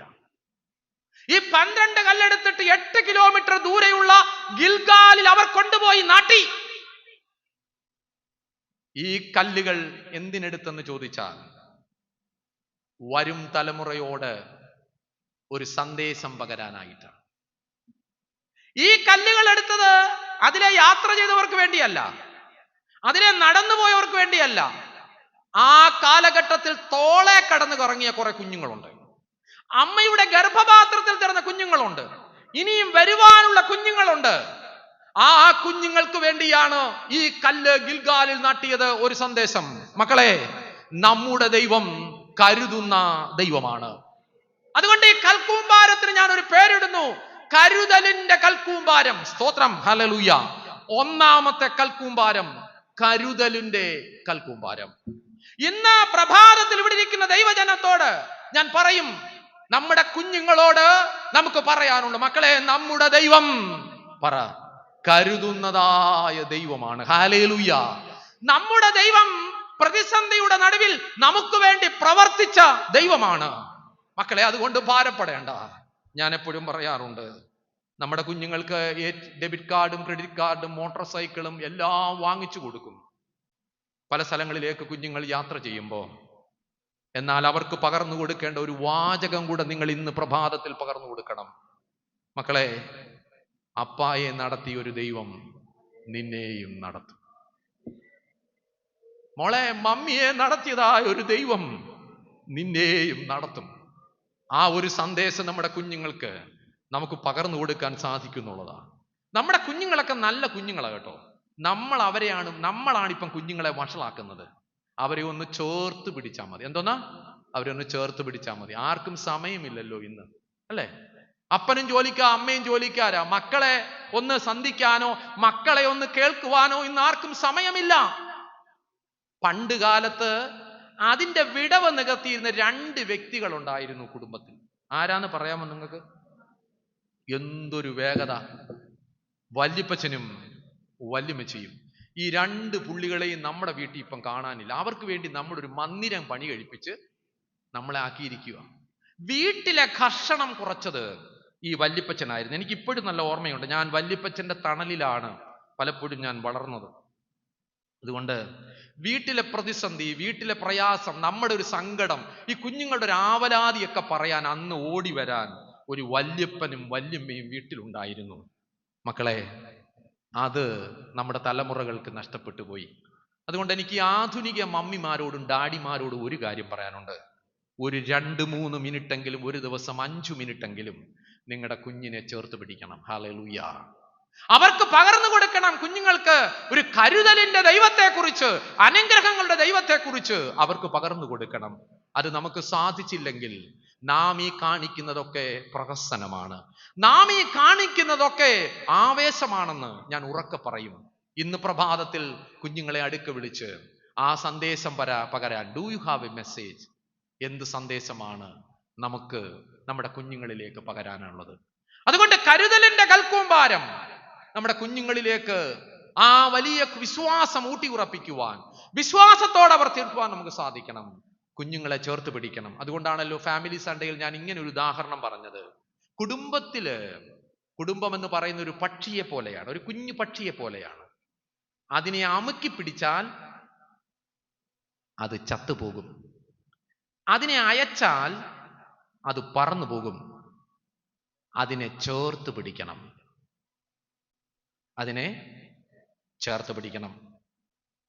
ഇന്ന് പ്രഭാതത്തിൽ നമ്മുടെ മക്കൾക്ക് പറയേണ്ട ഒന്നാമത്തെ സന്ദേശം, കരുതലിന്റെ ദൈവം പ്രതിസന്ധിയുടെ നടുവിൽ നിന്നെയും കരുതുമെന്നുള്ള വലിയ വിശ്വാസം.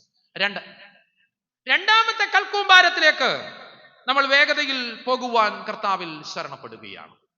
രണ്ടാമത്തെ കൽക്കൂമ്പാരം നടക്കുമ്പോൾ അവർ അവർ യോർദാൻ നദിയൊക്കെ കടന്നു എന്ന് പറയുമ്പോൾ പിന്നീട് അവർക്ക് കീഴടക്കാനുള്ളത് യെരിഹോ കോട്ടയാണ്. യെരിഹോ കോട്ട ഉറ്റുനോക്കുവാൻ യോശുവ കുറെ പേരെ വിട്ടു.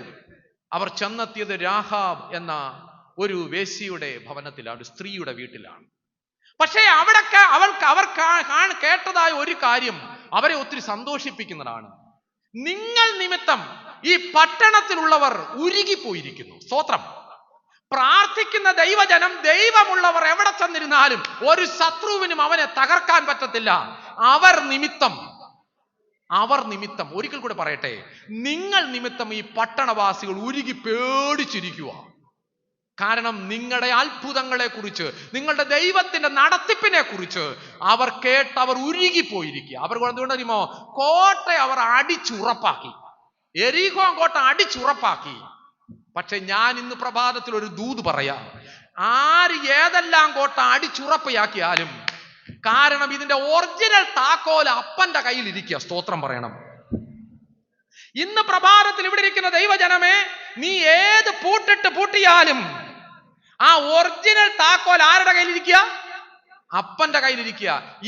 ഈ കിടക്കുന്ന എല്ലാം സാറേ ഡ്യൂപ്ലിക്കേറ്റ് താക്കോല ഈ കയ്യിലിരിക്കുന്നവരുടെ. അതുകൊണ്ടല്ലയോ പൗലോസിനെയും ശീലാസിനെയും പിടിച്ച് കടത്തളിയിട്ടിട്ടും അവരെ പൂട്ടി ആമത്തിലിട്ട് പൂട്ടിയിട്ടും അതെല്ലാം ഡ്യൂപ്ലിക്കേറ്റ് താക്കോല. പക്ഷെ സ്വർഗത്തിലെ ഒറിജിനൽ താക്കോലുമായി ദൂതൻ ഇറങ്ങി വന്നപ്പോൾ എന്ത് സംഭവിച്ചു? തകർത്ത് കളഞ്ഞു. ഹല്ലേലൂയ. ഇന്ന് ആരെല്ലാം നമ്മളെ പൂട്ടാൻ ശ്രമിച്ചാലും ഒറിജിനൽ താക്കോൽ ആരുടെ കയ്യിലാ? ഉറക്കെ പറ. എന്റെ കർത്താവിന്റെ കരങ്ങളിൽ ഒറിജിനൽ താക്കോൽ ഇരിക്കുന്നിടത്തോളം കാലം വരെ നിങ്ങൾക്ക് ഒന്നിനും ഭാരപ്പെടേണ്ട കാര്യം. അടിച്ചവർ ഉറപ്പാക്കി. ഞാൻ അതിലേക്ക് വിശദാംശങ്ങൾ അടക്കുന്നില്ല. പുരോഹിതന്മാരുടെ നേതൃത്വത്തിൽ അവർ യെരിഹോം കോട്ട ചുറ്റി, കാഹളം ജ്വനിച്ചു, യെരിഹോം കോട്ട തകർന്നു വീണു. ഒറ്റ കണ്ടീഷൻ യോശുവ പറഞ്ഞു: നിങ്ങൾ ഈ പട്ടണത്തെ ശപഥാർപ്പിതമായി എണ്ണണം. എന്താണ് ശപഥാർപ്പിതമാണ്? ഒന്നും ഇവിടെ ശേഷിപ്പിക്കരുത്, ഒന്നും ഇവിടെ നിന്ന് എടുക്കരുത്. ഒന്നൊഴിച്ച്. അതാരാ? രാഹാബ് എന്ന ആ സ്ത്രീയുടെ കുടുംബമല്ലാതെ ഒറ്റ ഒരെണ്ണത്തിനെ ഇവിടെ ശേഷിപ്പിക്കുക, കത്തിച്ച് ചാമ്പലാക്കി കളയണമെന്ന് പറഞ്ഞു. പ്രിയപ്പെട്ടവരെ, യെരിഹോം കോട്ടയൊക്കെ പിടിച്ചടക്കി വിജയശ്രീ ലാളിതരായി നമ്മുടെ ഇസ്രായേലും യോശുവയും ഒക്കെ നെഞ്ചൊക്കെ വിരിച്ച്, അല്ലെ? ചിലതൊക്കെ കീഴടക്കുമ്പം, ചിലതൊക്കെ നേടുമ്പം നമുക്ക് വല്ലാത്തൊരു അഹങ്കാരം കയറാറുണ്ടല്ലയോ? അല്ലേ? എന്തുവാ? ചിലരുടെയൊക്കെ നടപ്പ് കണ്ടാൽ തോന്നും ഇവിടെ ഒരു ഇഷ്ടികയും ഇവിടെ ഒരു ഇഷ്ടികയും, എന്നിട്ട് ഡിങ് ഡിങ് എന്തോ ഒരു നടപ്പാ, കണ്ടാ ഞാൻ ആരാടാ? അങ്ങനല്ലേ? അല്ലേ? നമ്മൾ ആരാ? അതിനാണ് ഒരു ചിന്തകൻ ഇങ്ങനെ പറഞ്ഞ്: ആദാമിന്റെ മക്കളെ, നിങ്ങൾ കേവലം ദിനങ്ങൾ മാത്രം. നിങ്ങൾ മിണ്ടാത്തതെന്താ? നമ്മൾ ആരാ? നമ്മൾ കേവലം ദിനങ്ങൾ മാത്രം. അമ്മാമേ, ദിനമാ നമ്മൾ പറയും 80, 70, 60 എന്നൊക്കെ. ചുമ്മാതാ. കൂടി വന്നാ 16,000 ദിവസമേ ഉള്ളൂ. എല്ലാം കൂടെ തട്ടിക്കുഴിച്ച് പോയി കഴിഞ്ഞാൽ നമ്മൾ കുറെ ദിനങ്ങളാ. 4 ഇഷ്ടികയും വെച്ചുകൊണ്ട് നടക്കുക. എന്തൊക്കെയോ നേടിയെന്ന് ഒന്നും നേടി. ഞാൻ ആരാ? ചിലർക്കൊക്കെ ചിലത് കയറി കഴിയുമ്പോ, ചിലത് കിട്ടിക്കഴിയുമ്പം, എന്തെങ്കിലുമൊക്കെ ആയി കഴിയുമ്പം പിന്നെ അങ്ങ് വല്ലാത്ത പ്രൗഢിയാ. ചിലരെ തള്ളി കിട്ടാൻ മിണ്ടത്തില്ല. അന്നേരം നമ്മൾ പറയും പണ്ടത്തെ മറിയാമ്മയല്ല ഇപ്പോഴത്തെ മറിയാമ്മ. മറിയാമ്മേ, നീ ദിനങ്ങളാണ്. നമ്മൾ ദിവസങ്ങൾ മാത്രമാണ് നമ്മുടെ ആയുസ്. ചിലരൊക്കെ പഴയത് മറക്കുന്നു. അപ്പൊ ഇവര് ജയിച്ചു കയറിയപ്പം ഇവരുടെ മനസ്സിലേക്ക് ഒരു ചിന്ത വന്നു കയറി. അപ്പോഴാണ് ഒരു കൊച്ചു പട്ടണം, എന്നെ ശ്രദ്ധിച്ച നിങ്ങള്, ഒരു കുഞ്ഞു പട്ടണം, അതിന്റെ പേര് ഹായി എന്നാണ്. എന്തോന്നാ? ഹായി പട്ടണം. അപ്പൊ യോശുവയുടെ കൂട്ടത്തിൽ കുറെ മാന്യം പറഞ്ഞു, എല്ലാരും കൂടെ ഒന്നും പോവണ്ട, കുറച്ച് പേരെ വിട്ടാ മതി. കാരണം ഇങ്ങനെ അധികാരം തലക്ക് പിടിച്ച് മത്ത് പിടിച്ച് നിൽക്കുക. ഞാൻ ആരാന്നറിയാമോ? യോർദാനും കടന്നു യെരിഹോ ഒക്കെ തകർത്ത ഞങ്ങള്. ഈ പട്ടണം പിന്നെ നിസാരമാ. എനിക്കിത് പറയുമ്പോ ഒത്തിരി സന്തോഷമുണ്ട് കേട്ടോ. കുറച്ചു പേരെ വിട്ടാൽ മതി. ആ പോയവർ യുദ്ധം ചെയ്യാൻ പോയി 36 ശവമായിട്ട് അവർ തിരിച്ചു പോകുന്നത്. എത്ര ശവ? 36 പേര് നിരത്തി കടത്തിരിക്കട്ടെ. വീമ്പിളക്കി പോയവരെല്ലാം തോറ്റ് തുന്നമ്പാടി വന്ന് മുമ്പിൽ കിടക്കുക. യോശുവ നെഞ്ചത്തടിച്ചു പോയി. എനിക്ക് ഇഷ്ടപ്പെട്ടൊരു, എന്റെ മുഖത്തോട്ട് നോക്കിയേ, നല്ലൊരു ദൂത് ഞാൻ പറയുമ്പോ എന്റെ മുഖത്തോട്ട് നോക്കിയേ. ഈ യോശുവായ്ക്കും മോശയ്ക്കും ഒരു കാര്യത്തിൽ PhD ഉണ്ട്. നമ്മുടെ മോത്തി അച്ഛന് എനിക്കൊന്ന് എസ്കറ്റോളജി ആണ്, പുതിയ നിയമത്തിലാണ് PhD ഉള്ളത്. PhD ഉള്ളവർ ഒരുപാടുണ്ട്. എന്നാൽ ഈ യോശുവായുടെയും ഈ മോശയ്ക്കും ഒരു കാര്യത്തിൽ ഭയങ്കര, അവർക്ക് PhD ഉണ്ട്. ആ PhD ഉണ്ടെങ്കിൽ വേറെ ഒരു PhD വേണ്ട. എന്താ ആ PhD? എന്താണ് ആ PhD? എന്താ PhD എന്നറിയാമോ? ആ പ്രതിസന്ധി വന്നാൽ അവർ കവിണ്ണു വീണു. എന്തോന്നാ? ദൈവസന്നിധിയിലേക്ക് അവർ കവിണ്ണു വീണു. പരിശുദ്ധ കുർബാനയിൽ പട്ടക്കാരൻ കവിഴ്ന്നു വീണ് കണ്ടിട്ടുണ്ടോ? ഇല്ല. ഉണ്ട്, കണ്ടോ? അവിടെ PhD അതാ. അവർക്കൊരു പ്രതിസന്ധി വന്നാ അവർക്ക് കവിണ്ണു വീണാൻ ഒരു അൾത്താരയുണ്ട്. അമ്മാമേ, നമ്മളൊന്ന് കവിണ്ണു വീണാ തീരാവുന്ന പ്രശ്നമുള്ള അച്ചായ, നമ്മളൊന്ന് നെടുമ്പാട് വീണാ മതി. നമ്മളൊന്ന് വെളിപ്പെടുത്തി തരുമെന്ന്. ഒന്ന് നെടുമ്പാട് വീണാ മതി. എന്താ റെക്കൺസിലേഷൻ? എന്താ അനുരഞ്ജനം? ഒന്ന് വീണാ മതി. എനിക്ക് ഈ കോവിഡ് എന്ന മഹാഗുരു വളരെ ഭയങ്കരമാണ്. കോവിഡ് എന്ന മഹാഗുരു അത് അതിൻ്റെ ഗുരുവാ. നമ്മളെ കുമ്പിടാൻ, നമ്മളെ സഹോദരനെ വണങ്ങാൻ പഠിപ്പിച്ചത്. മിണ്ടാത്ത എന്താ നിങ്ങളൊക്കെ കൊടുക്കായിരുന്നോ? എനിക്കങ്ങ് ഇഷ്ടപ്പെട്ടത്, ഒരിക്കലും സഹോദരൻ പോയി കുമ്പിടാത്തവനെ കൊണ്ട് തമ്പുരാൻ പറഞ്ഞു, നീ കുമ്പിടറ. മര്യാദയ്ക്ക് കല്യാണം നടത്താൻ പഠിപ്പിച്ചത് ഈ ഗുരുവാ. ഞാൻ ഇറങ്ങി പ്രസംഗിക്കുന്ന ഒരാളാണ്, അതുകൊണ്ടാണ് ഞാൻ ഇങ്ങോട്ട് എന്നെ ഇവരിങ്ങനെ ബൗണ്ട് നിർത്തിയിരിക്കും അങ്ങോട്ട് ഇറങ്ങാതിരിക്കാൻ വേണ്ടി. നോക്ക്, മഹാഗുരുവാണ് ഇദ്ദേഹം. എങ്ങനെ മര്യാദയ്ക്ക് കല്യാണം നടത്താൻ പഠിപ്പിച്ചത് ഈ പുള്ളിയ. ശവസംസ്കാര ശുശ്രൂഷ എങ്ങനെ നടത്താമെന്ന് തീരുമാനിച്ചതും ഈ പുള്ളിയ. 12 ഗുണം ഞാൻ എഴുതി വെച്ചിട്ടുണ്ട്, മറന്നുപോയി എടുക്കാൻ. ഈ കോവിഡ് എന്ന ഗുരു. നീ കവിണ്ണു വീണാൽ തീരുന്ന പ്രശ്നങ്ങളേ ഉള്ളൂ നിന്റെ കുടുംബത്തിൽ. നീ ദൈവസന്നിധിയിൽ കണ്ണുനീരോടെ പ്രാർത്ഥിച്ചാൽ. ഒരു പുരോഹിതന്റെ ബലം എന്താണെന്നറിയാമോ? ഈ കവിണ്ണു വീഴ്ചയ. ഒരു പുരോഹിതന്റെ ആർജവം എന്താണെന്നറിയാമോ? ഈ ശുശ്രൂഷയ. വിശുദ്ധ കുർബാനയിലൂടെ അവർ കവിണ്ണു വീണ് ദൈവസന്നിധിയിൽ പ്രാർത്ഥിക്കുമ്പം ജനമൊക്കെ നിലവിളിക്കും, കർത്താവേ, ഞങ്ങൾക്ക് വേണ്ടി കവിണ്ണു വീണവൻ. ഒരപ്പൻ വീട്ടിൽ കവിണ്ണു വീഴുമ്പം, ഒരമ്മ വീട്ടിൽ കണ്ണുനീരോടെ പ്രാർത്ഥിക്കുമ്പം തലമുറകൾ അത് കാണണം. Do you have a message? കവിണ്ണു വീണു, വെളിപ്പെടുത്തി കൊടുത്തു. മക്കളെ, നീ എഴുന്നേറാ. കാര്യമൊക്കെ ഞാൻ പറയാം. കാരണം ഇവിടെ ഒരുത്തനൊരു പരിപാടി കാണിച്ചിട്ടുണ്ട്. അവന്റെ പേരൊക്കെ എനിക്ക് ഇഷ്ടമാണ്, നല്ല രസം അവന്റെ പേര്. ആഖാൻ. ഈ ആഖാൻ പറഞ്ഞു, ഈ ആഖാൻ ആണ്. പക്ഷെ ഈ പുള്ളി ഉണ്ടല്ലോ, ജനത്തെയെല്ലാം കൂടെ കൂട്ടി വരുത്തി. ആ ജനത്തെയെല്ലാം കൂടി പറഞ്ഞു, പാപം നിങ്ങളുടെ കൂടാരത്തിൽ കിടക്കുക.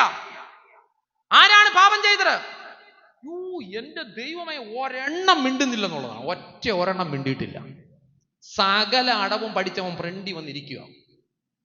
എല്ലാ കൊള്ളരുതായ്മയും കൊള്ളിത്തരങ്ങളും കാണിച്ചിട്ട് മാന്യനായി വന്ന് ഫ്രണ്ടി ഇരിക്കുക.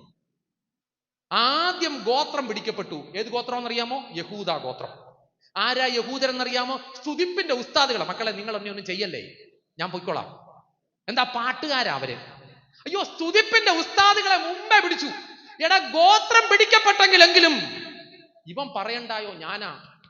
ഇവൻ മിണ്ടാതിരിക്കുക, പമ്മി ഇരിക്കുക. സകല കൊള്ളരുതായ്മകളും കാണിച്ചു വിട്ട് ഇന്നത്തെ എല്ലാ കമ്മിറ്റിക്കുള്ള ഒപ്പിച്ചു വെച്ചിട്ട് ഫ്രണ്ട് ഇരിക്കുക, മിണ്ടാതിരിക്കുക. ഇന്ന് പ്രഭാതത്തിൽ ചോദിക്കട്ടെ, സർഹ്യ കുലം പിടിക്കപ്പെട്ടു. എടാ, കുലം പിടിച്ചപ്പെടുത്തെങ്കിൽ ഇവൻ പറയണ്ടായോ ഞാനാണെന്ന്? മിണ്ടിയില്ല. സബ്ദി പിടിക്കപ്പെട്ടു. അവസാനം ഞറുക്ക് ഇവന്റെ പേരിൽ വീണു. ആരുടെ പേരിൽ വീണു? ഈ ആഖാന്റെ പേരിൽ വീണു.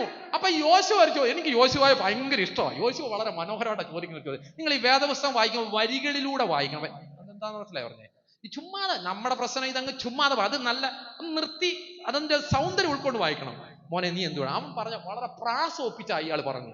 എന്താ അറിയാമോ? ഒരു ബാബിലോണിയ നിലയ്ക്ക് 200 ശേക്കൽ വെള്ളി, 50 ശേക്കൽ പൊന്നി. ഇനി ഞാനത് കണ്ട് മോഹിച്ച് എടുത്ത് എന്റെ കൂടാരത്തിൽ കൊണ്ടുവന്നിട്ട് ഞാൻ എന്ത് ചെയ്തു? അത് കുഴിച്ചിട്ടിരിക്കുക. സ്തോത്രം പറയത്തില്ലെന്ന് എനിക്കറിയാം. കൂടാരത്തിനുള്ളിൽ പാപം കിടക്കുക. ഇപ്പോഴത്തെ പ്രശ്നം എന്താണെന്നറിയാമോ? സകല അശുദ്ധിയും കിടക്കുന്നത് കൂടാരത്തിലാണ്. ഈ കൂടാരം ശുദ്ധിയാകാതെ ഇനി അതിന് മേളിൽ എന്തോ ഒഴിച്ചാലും കാര്യമില്ല. വിശുദ്ധ കുർബാന, നമ്മുടെ ശരീരത്തിലേക്ക് വിശുദ്ധ കുർബാന, നമ്മൾ വായിലേക്ക് ഒഴിക്കുന്ന വിശുദ്ധിയുള്ള വസ്തു അല്ലേ? അത് നിങ്ങളൊരു പാത്രത്തിനകത്ത്, നല്ലൊരു പാത്രം ആയിരിക്കും, ആ പാത്രത്തിനകത്ത് ഒരു വിശുദ്ധ വസ്തു ഒഴിച്ചു കഴിഞ്ഞാൽ അത് വിശുദ്ധമായിരിക്കും. ആ പാത്രവും വിശുദ്ധമായിരിക്കും. എന്നാൽ അപ്പുറത്തോട്ട് പോയി വേറൊരു സാധനം അതിന്റെ മണ്ടയ്ക്ക് വാരി കോരി അടിച്ച് എങ്ങനെ ഇരിക്കാം അമ്മേ? ഉള്ളതും കൂടെ അങ്ങ് ഇതാ ഇപ്പൊ സംഭവിച്ചുകൊണ്ടിരിക്കുന്നത്. കുർബാനയ്ക്ക് എടുക്കുമ്പം നല്ല വിശുദ്ധമായ അച്ഛൻ അങ്ങോട്ട് അപ്പു വീഞ്ഞും ഒക്കെ തരും, അത് ശരീരത്തിൽ വഹിക്കും. നേരെ അച്ഛൻ അപ്പുറത്തോട്ട് പോയി വേറൊരു സാധനത്തിന്റെ മേളിലോട്ട് കോരി ഒഴിക്കും. ചുരുക്കത്തിൽ ഇത് മൊത്തം എന്തായി? അശുദ്ധിയായി മാറി. കൂടാരത്തിനുള്ളിൽ പാപം കിടക്കുന്നിടത്തോളം കാലം വരെ നിനക്ക് ജയം പ്രാപിപ്പാനായിട്ട് സാധിക്കത്തില്ല. Price the Lord. നിന്റെ കൂടാരത്തിലുള്ള പാപം ഇന്ന് പ്രഭാതത്തിൽ നീ തിരിച്ചറിയണം. നോക്ക്, മറച്ചു വെച്ച പാപം, അകത്തെ പാപം, ഒളിച്ചു വെച്ച പാപം, അതാണ് കുമ്പസാരത്തിൽ നമ്മൾ ഏറ്റുപറയുന്നത്. ആത്മാർത്ഥമായി സ്തോത്രം പറയത്തില്ലല്ലോ. നോക്ക്, ഒളിച്ചു വെച്ച പാപം, മറച്ചു വെച്ച പാപം, അകത്തെ പാപം. ഈ പാപം മാറാതെ എത്ര കുർബാന കൊണ്ടാലും എന്തെല്ലാം ചെയ്താലും സഹോദര, നമ്മുടെ ജീവിതം അനുഗ്രഹിക്കപ്പെടത്തില്ല. സ്തോത്രം. കൂടാരത്തിനുള്ളിൽ പാപം കിടക്കുന്നിടത്തോളം കാലം വരെ കൂടാരത്തിനകത്ത് അനുഗ്രഹം പ്രാപിപ്പാനായിട്ട് എനിക്ക് നിങ്ങൾക്കും സാധിക്കത്തില്ല.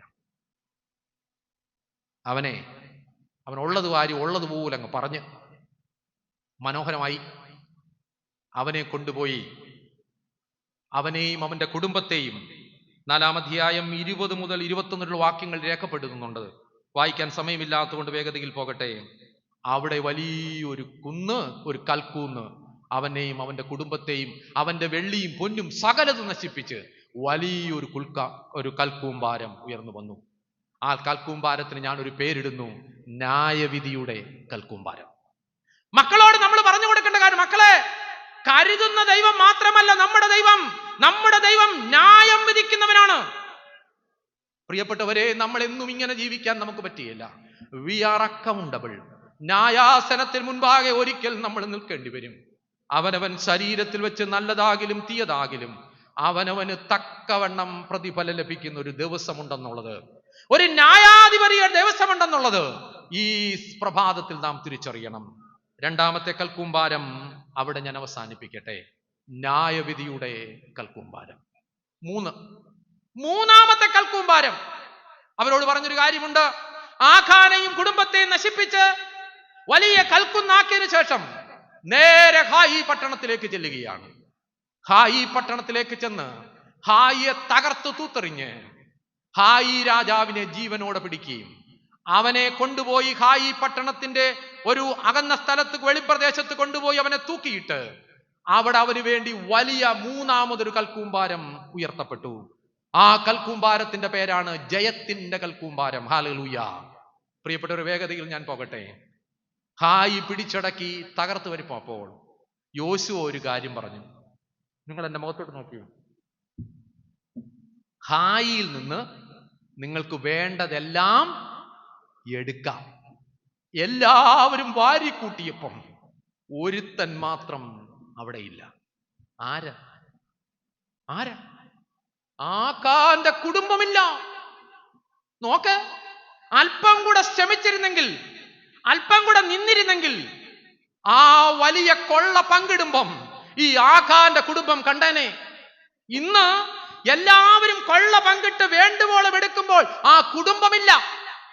സുറിയാനി ക്രൈസ്തവനെ ക്രിസ്ത്യാനിക്ക് സംഭവിച്ചൊരു അപജയം ഞാൻ പറയട്ടെ. ഇവിടെ കിട്ടാതെ വരുമ്പം, ഇവിടെ ഒന്ന് താമസിക്കുമ്പോ ഓടും. വേറെ എവിടെ കണ്ട് എന്തൊക്കെയോ കൊടുക്കുന്നു. നിങ്ങൾ മിണ്ടത്തില്ലെന്ന് എനിക്ക് നല്ല ബോധ്യമുണ്ട്. എന്താ മിണ്ടാത്തത്? ചിലതൊക്കെ കിട്ടാതെ വരുമ്പം, ചിലതൊക്കെ താമസിക്കുമ്പം, ചിലതൊക്കെ അല്പം കാലതാമസം നേരിടുമ്പം നമ്മൾ വിചാരിക്കും ഇവിടെ നിന്നും കിട്ടത്തില്ല. കിട്ടിയതാവട്ടെ. ആഖാൻ നമ്മളെ പഠിപ്പിക്കുന്ന പാഠം, എല്ലാവരും വാരി കൂട്ടിയപ്പോൾ ഈ കുടുംബം മാത്രം നഷ്ടപ്പെട്ടു പോയി.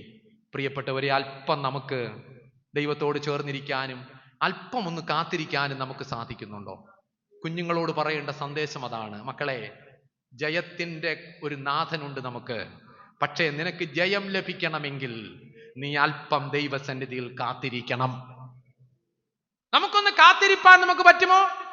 പണ്ടൊക്കെ നമ്മുടെ പിതാക്കന്മാർ കാത്തിരുന്നിട്ടുണ്ട്, അല്ലേ? കാത്തിരിപ്പിനൊരു സുഖമുണ്ട്, അല്ലേ? പണ്ടൊക്കെ എങ്ങനായിരുന്നു? അച്ചായന്മാര് ഗൾഫിൽ പോയി കഴിഞ്ഞാൽ നമുക്ക് ഏക ആശ്രയം ആ നീളമുള്ള ആ എഴുത്ത് അതൊരു ഏർമയിൽ അതൊരു പ്രത്യേക കളറാ. നമ്മുടെ ഇവിടെ ഇരിക്കുന്ന 50 വയസ്സിന് മുകളിലോട്ടുള്ള ഈ അമ്മച്ചിമാരോട് ചോദിച്ചാൽ അറിയാം, പോസ്റ്റ്മാൻ കക്ഷത്ത് വെച്ചുകൊണ്ടിരുമ്പോ എത്തി വലിഞ്ഞു നോക്കുന്നുണ്ട് നീളമുള്ള സാധനം ഉണ്ടോന്ന്. കാരണം എല്ലാ ഇന്റന്റിനേക്കാളും വലിയതാണ് ഈ നീളമുള്ള എഴുത്തെന്ന് പറയുന്നത്. ഇന്നോ പിന്നെ 24 മണിക്കൂറും കണ്ടുകൊണ്ടിരിക്കുന്ന ആള് ഫോണിനകത്തൂടെ വല്ല കാത്തിരിപ്പിന് സുഖമുണ്ടോ? പണ്ടങ്ങനല്ലേ. എന്റെ വല്യപ്പച്ചനാണെങ്കിൽ ഒരു തെങ്ങും തൈ നട്ടപ്പയം ഞാൻ വല്യപ്പച്ചനോട് ചോദിച്ചൊരു ചോദ്യമുണ്ട്, വല്യപ്പച്ച ഇത് എന്ന് കായ്ക്കും? പറഞ്ഞ മക്കളെ, എനിക്ക് കിട്ടിയില്ലേലും നിനക്കും നിന്റെ സന്താനങ്ങൾക്കും ഇതുകൊണ്ട് ഗുണപ്പെടും. പക്ഷെ ഇന്നോ സാറേ 3-ാം കൊല്ലത്തിൽ കായ്ക്കുന്ന തെങ്ങുണ്ടോ? നമുക്കെല്ലാം ഇപ്പം പെട്ടെന്ന് കിട്ടണം. കാത്തിരിക്കുന്നവർ ശക്തിയെ പുതുക്കും, അവർ കഴുകന്മാരെ പോലെ ചിറകൊടിച്ചുയരും. നമ്മുടെ കുഞ്ഞുങ്ങൾക്ക് വേണ്ടി നാം പകരപ്പെടേണ്ട 3-ാമത്തെ സന്ദേശം, ജയത്തിന്റെ ദൈവമാണ് നമ്മുടെ ദൈവം. തീർന്നില്ല. പിന്നെ അവൻ എന്താണ്? കാത്തിരിക്കുവാൻ പഠിപ്പിച്ചതായ ഒരു ദൈവമാണ്. യേശു കർത്താവ് സ്വർഗാരോഹണം ചെയ്യാൻ പറഞ്ഞപ്പോൾ നിങ്ങൾ ഇവിടെ തന്നെ ഉയരത്തിൽ നിന്ന് ശക്തി കിട്ടുവോളം ഇവിടെ നിങ്ങൾ കാത്തിരിക്കണം എന്ന് രേഖപ്പെടുത്തുന്നു. അവസാനത്തെ വിശുദ്ധ കുർബാനയെ കുറിച്ച് ഒരു വാക്കും കൂടെ പറഞ്ഞ് ഞാൻ എൻ്റെ പ്രസംഗം ഉപസംഹരിക്കാം എന്നുള്ളതാണ് ഞാൻ കർത്താവിൽ ശരണപ്പെടുന്നത്. നമുക്ക് തലമുറകളോട് പറയുവാൻ മറ്റൊരു സന്ദേശമുണ്ട്. ലൂക്കോസിന്റെ സുവിശേഷം 22-ാം അധ്യായം അതിന്റെ 19-ാമത്തെ വാക്യത്തിൽ ഇങ്ങനെ നമ്മൾ രേഖപ്പെടുത്തുന്നുണ്ട്. ലൂക്കോസിന്റെ സുവിശേഷത്തിൽ, ഞാൻ വരുവോളം നിങ്ങൾ ഇതെന്റെ ഓർമ്മയ്ക്കായിട്ട് ചെയ്യുവീൻ. നമ്മുടെ കുഞ്ഞുങ്ങളോട് നമുക്ക് പറയുവാനുള്ള വലിയ സന്ദേശമാണത്. കർത്താവേ, നമുക്ക് വേണ്ടി പരമയാഗമായി തീർന്ന ആ ക്രിസ്തുനാഥനെ നമ്മുടെ കുഞ്ഞുങ്ങൾക്ക് പകർന്നു കൊടുക്കുവാൻ കുർബാന നമ്മളെ പഠിപ്പിക്കുന്നു. നമ്മുടെ തലമുറകളിലേക്ക് പറയണ ഒരു കാര്യമുണ്ട്, ഓർമ്മയ്ക്കായി ചെയ്യേണ്ടതായ ഒരു ശുശ്രൂഷ. ബാക്കിയുള്ളവരെ ജീവിപ്പിക്കാൻ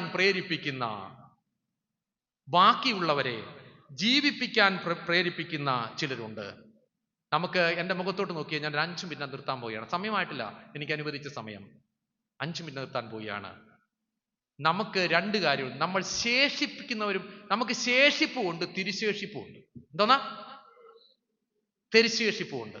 നമ്മളൊക്കെ മരിച്ചു പോയാൽ എന്താണ് ഇവിടെ ശേഷിപ്പിക്കുന്നത്? ഒടിഞ്ഞ കസേര, പഴയ മൺപാത്രം, ആ ചളുങ്ങിയ ആ പാത്രം, ഇതൊക്കെയാണ് ഈ ശേഷിപ്പുകൾ എന്ന് പറയുന്നത്. എന്താ തിരുശേഷിപ്പുകൾ എന്നറിയാമോ? നിങ്ങൾ തെറ്റിദ്ധരിക്കുക, ജയൻ സാർ ഒന്ന് തിരുശേഷിപ്പ് പറഞ്ഞെന്ന്. നമ്മുടെ ഓർമ്മകൾ, നമ്മൾക്ക് പകർന്നു കൊടുത്ത നല്ല ദൈവാനുഗ്രഹങ്ങൾ, അതൊക്കെയാണ് തിരുശേഷിപ്പുകൾ എന്ന് പറയുന്നത്. ചിലരൊക്കെ ജീവിപ്പിക്കാൻ പ്രേരിപ്പിക്കുന്നത് എന്തെങ്കിലും ഇവിടെ ശേഷിപ്പിക്കാൻ നമുക്ക് സാധിക്കുന്നുണ്ടോ എന്നുള്ള. കാലം എത്ര കഴിഞ്ഞാലും അവർ നമ്മളെ ഓർക്കും എന്നുള്ളതാണ്. വിശുദ്ധ കുർബാനയെക്കുറിച്ച് ഞാൻ പറയാനൊരു കാര്യം. 2000 വർഷത്തിന് മുൻപ് ഒരു 33-കാരൻ തൻ്റെ ഓർമ്മയ്ക്കായി സ്വയം മുറിച്ച് കീറി നൽകിയ സമ്മാനമാണ് വിശുദ്ധ കുർബാന. ഞാൻ ഒരിക്കൽ കൂടി വാക്ക് പറയട്ടെ. 2000 വർഷങ്ങൾക്ക് മുമ്പ് 35-കാരൻ സ്വയം മുറിച്ചു കീറി നൽകിയ സമ്മാനമാണ് വിശുദ്ധ കുർബാന. ഒരു വ്യത്യാസവുമില്ലാതെ ആരെയും ചേർത്ത് നിർത്തുന്ന, ഒറ്റുകൊടുത്തവനെയും തള്ളിപ്പറഞ്ഞവനെയും ഒരുപോലെ വിളമ്പിക്കൊടുത്തതാണ് വിശുദ്ധ കുർബാന. പ്രിയപ്പെട്ടവരെ, ചിലരൊക്കെ മരിക്കുമ്പോൾ സ്മാരകങ്ങൾ നിർമ്മിക്കാറുണ്ട്. ചിലരൊക്കെ മരിക്കുമ്പം ചിലരുടെ ഓർമ്മയ്ക്ക് വേണ്ടി സ്മാരകങ്ങൾ പണിയാറുണ്ട്, കെട്ടിടങ്ങൾ പണിയാറുണ്ട്. എന്നാൽ ഓർമ്മകളുടെ അത്താഴമായ വിശുദ്ധ കുർബാന എന്താണെന്നറിയാമോ? സ്വന്തം ജീവൻ പകുത്തു നൽകിയ ഒരുവൻ മാത്രമേ ഉള്ളൂ, അത് ക്രിസ്തു മാത്രം. വിശുദ്ധ കുർബാന, യുക്രിസ്റ്റ്, ഈ ദിവസങ്ങളിൽ നിങ്ങൾ ധ്യാനിക്കുമ്പോൾ ഓർക്കേണ്ടത്, ഓർമ്മയ്ക്കായി തൻ്റെ ശരീരം പകുത്തു നൽകിയത് ക്രിസ്തു മാത്രം. നമ്മെ ഒരു വലിയ അനുഗ്രഹത്തിലേക്ക് കൊണ്ടുപോയതാണ്.